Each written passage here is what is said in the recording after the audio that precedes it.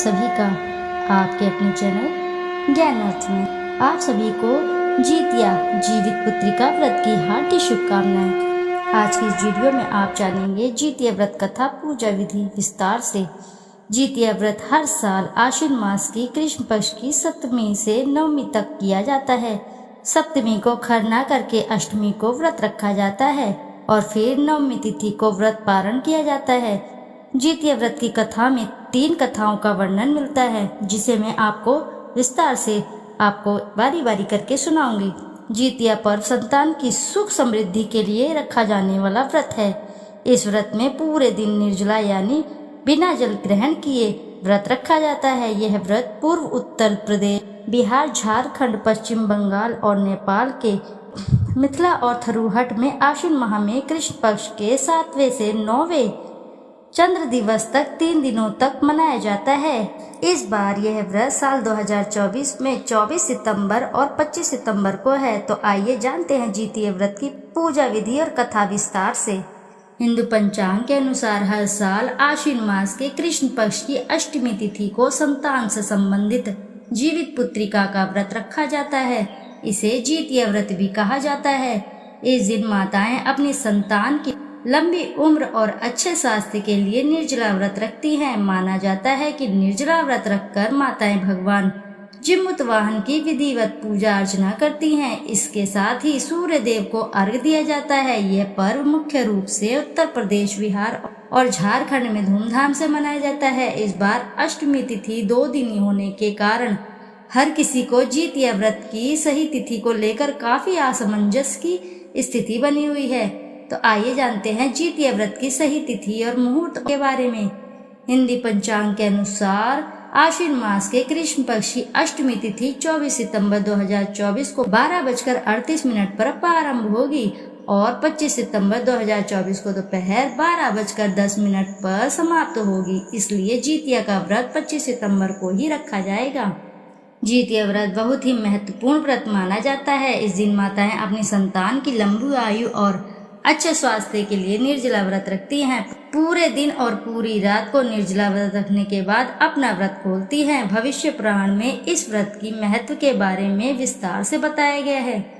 जीतिया व्रत के पहले दिन महिलाएं सूर्योदय से पहले जागकर स्नान करके पूजा करती हैं और फिर एक बार भोजन ग्रहण करती हैं और उसके बाद पूरा दिन निर्जला व्रत रखती हैं। इसके बाद दूसरे दिन सुबह सवेरे स्नान के बाद महिलाएं पूजा पाठ करती हैं और फिर पूरा दिन निर्जला व्रत रखती हैं। व्रत के तीसरे दिन महिलाएं पारण करती हैं।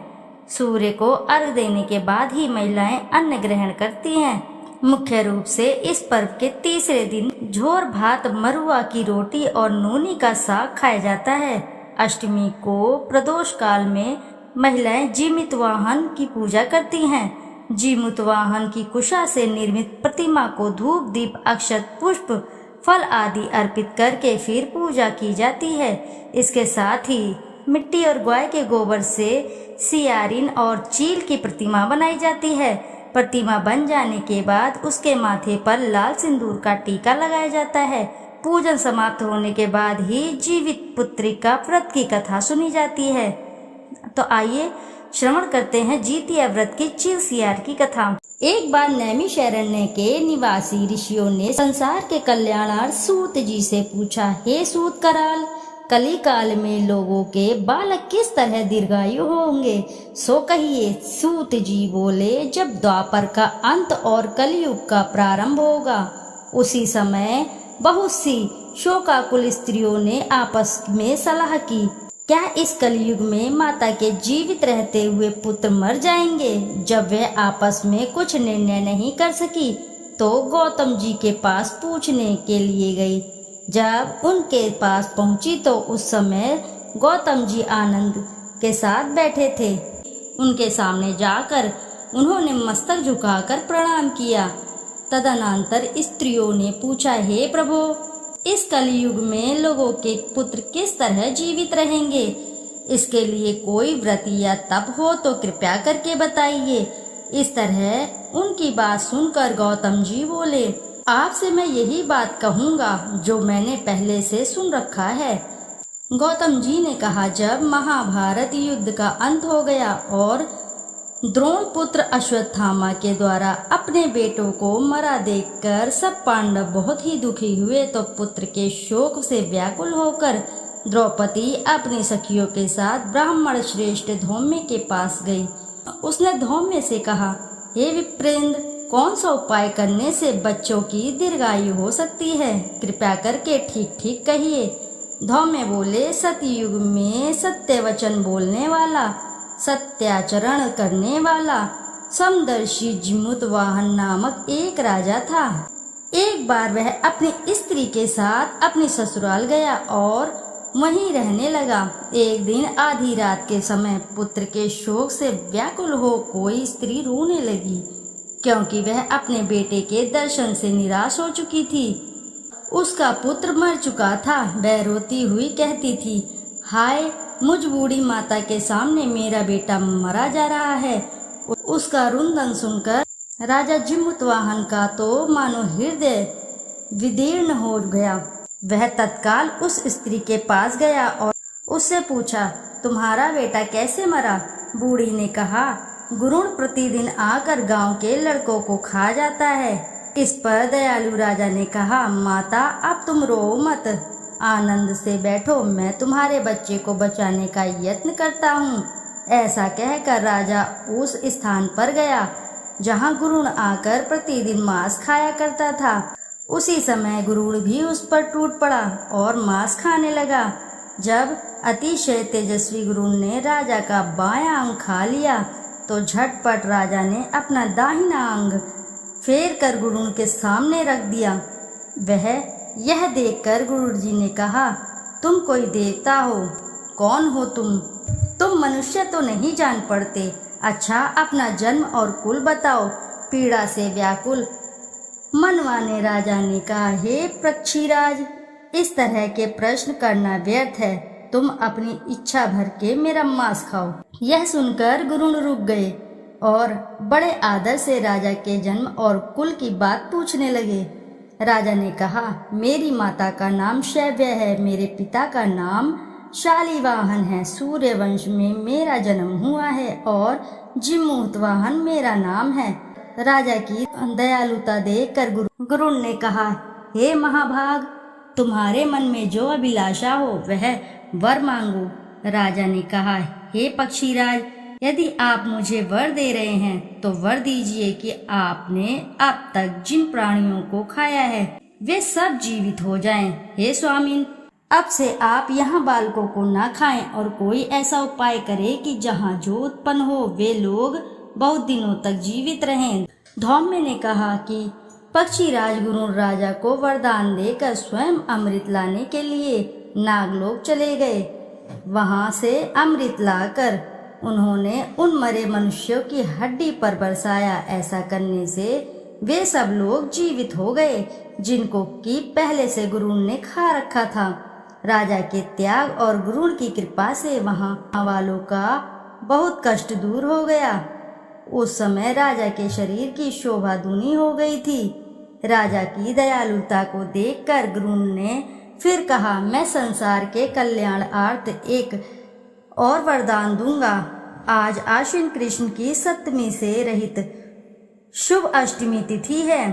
आज ही तुमने यहाँ की प्रजा को जीवन दान दिया है। हे वत्स, अब से यह दिन ब्रह्मा भाव हो गया है, जो मूर्ति भेद से विविध नामों से विख्यात है। वहीं त्रैलोक्य से पूजित दुर्गा अमृत प्राप्त करने के अर्थ में जीवित पुत्रिका कहलाई हैं। सो इस तिथि को जो स्त्रियां उस जीवित पुत्रिका की और कुश की आरती बनाकर तुम्हारी पूजा करेंगे तो दिनों दिन उनका सौभाग्य बढ़ेगा और वंश की वृद्धि होती रहेगी।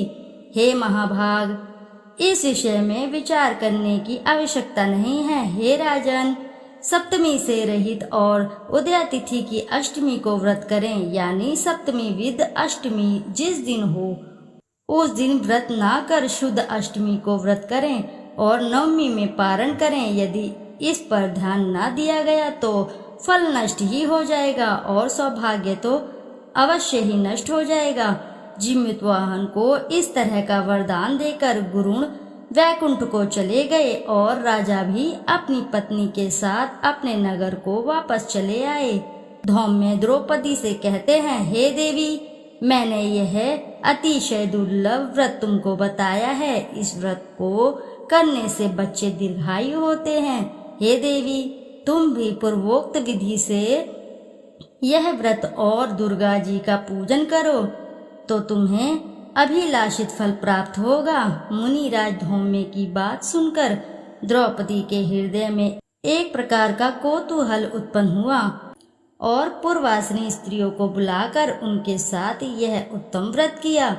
गौतम ने कहा, यह व्रत और इसके प्रभाव को किसी एक चिन्ह ने सुन लिया और अपनी सखी सियारिन को बतलाया। इसके बाद पीपल की वृक्ष शाखा पर बैठकर उस चील ने और उस वृक्ष के खोते में बैठकर सियारिन ने भी व्रत किया। फिर वही चील किसी उत्तम ब्राह्मण के मुख से यह कथा सुन आई और पीपल के खोते में बैठी हुई अपनी सखी को सुनाया। सियारिन ने आधी कथा सुनी थी कि उसे भूख लग गई और वह उसी समय शव से भरे हुए शमशान में पहुंची। वहां उसने इच्छा भरकर मांस का भोजन किया और चील बिना कुछ खाए पिए ही रह गई और सुबेरा हो गया। सवेरे वह गौशाले में गई और वहां गौ का दूध पिया। इस तरह नवमी को उसने पारण किया। कुछ दिन बाद वे दोनों मर गईं और अयोध्या में किसी धनी व्यापारी के घर में जन्मी। संयोग से उन दोनों का जन्म एक ही घर में हुआ, जिसमें सियारिन ज्येष्ठ हुई और चील छोटी। वे दोनों सभी शुभ लक्षणों से युक्त थी, इसलिए बड़ी लड़की कौशिराज और छोटी लड़की उसके मंत्री के साथ गर्भपाते अग्नि के सामने विधि पूर्वक ब्याही गई। पूर्व जन्म के कर्मफल से वह मृग नयनी रानी हुई। जिस किसी भी संतान को उत्पन्न करती थी वह मर जाती थी और पूर्व जन्म की बातों को स्मरण करने वाली मंत्री की पत्नी ने अष्टवसुओं के सदृश तेजस्वी 8 बेटे उत्पन्न किए और वह सभी जीवित रह गए। अपनी बहन के पुत्रों को जीवित देखकर ईर्ष्यावश राजपत्नी ने अपने स्वामी से कहा कि यदि तुम मुझे जीवित रखना चाहते हो तो इस मंत्री को भी पुत्रों को भी उसी जगह भेज दो जहां मेरे बेटे गए हैं, अर्थात इन्हें मार डालो। यह सुनकर राजा ने उस मंत्री के पुत्र को मारने के लिए कई प्रकार के उद्योग किए, पर मंत्री पत्नी ने जीवित पुत्रिका के पुण्य बल से बचा लिया। एक दिन राजा ने अपने आदमियों से उन पुत्रों का सिर कटवाकर पिटारी में रखवाया और वह पिटारी उनकी माता मंत्री पत्नी के पास भेजा दिया, किंतु वह 8 सिर बेशकीमती जवाहरात हो गए और भले चंगे वे 8 लड़के अपनी माता के पास वापस चले गए। उनको जीवित देखकर राजपत्नी को बड़ा विस्मय हुआ। अंत में वह मंत्री की पत्नी के पास आई। उसने पूछा, बहन, तुम कौन सा ऐसा पुण्य किया है तुमने जिससे बार बार मारे जाने पर भी तुम्हारे बेटे नहीं मरते हैं? इस पर मंत्री की पत्नी ने कहा, पूर्व जन्म में मैं चील थी और तुम सियारिन, दोनों ने व्रत किया था। तुमने व्रत के नियमों को भली भांति पालन नहीं किया था और मैंने किया था। इसी दोष से हे बहन, तुम्हारे बेटे नहीं जीते हैं और राजरानी, अब भी तुम उस जीवित पुत्री का व्रत को करो तो तुम्हारे बेटे दीर्घायु होंगे। मैं तुमसे सच सच कह रही हूँ। उसके कथन अनुसार रानी ने व्रत किया, तभी से उसके कई बेटे सुंदर और दीर्घायु होकर बड़े बड़े राजा हुए। सूत जी कहते हैं, सब प्रकार का आनंद लेने वाला मैंने यह दिव्य व्रत बतलाया है। स्त्रियां चिरंजीवी संतान चाहती हों तो विधि पूर्वक यह व्रत करें। भगवान जिम्मुतवाहन एक गंधर्व राजकुमार थे और वे और उनके पिता बेहद उदार और परोपकारी व्यक्ति थे।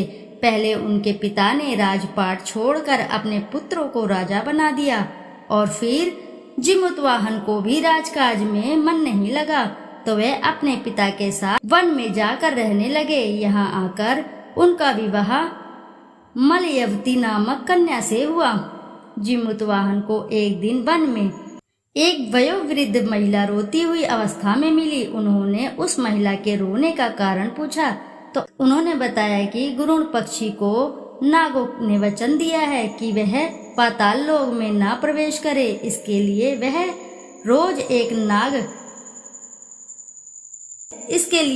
रोज एक नाग उनके पास आहार के लिए भेज दिया करेंगे ताकि गरुड़ उस नाग को खाकर अपनी भूख शांति कर सके।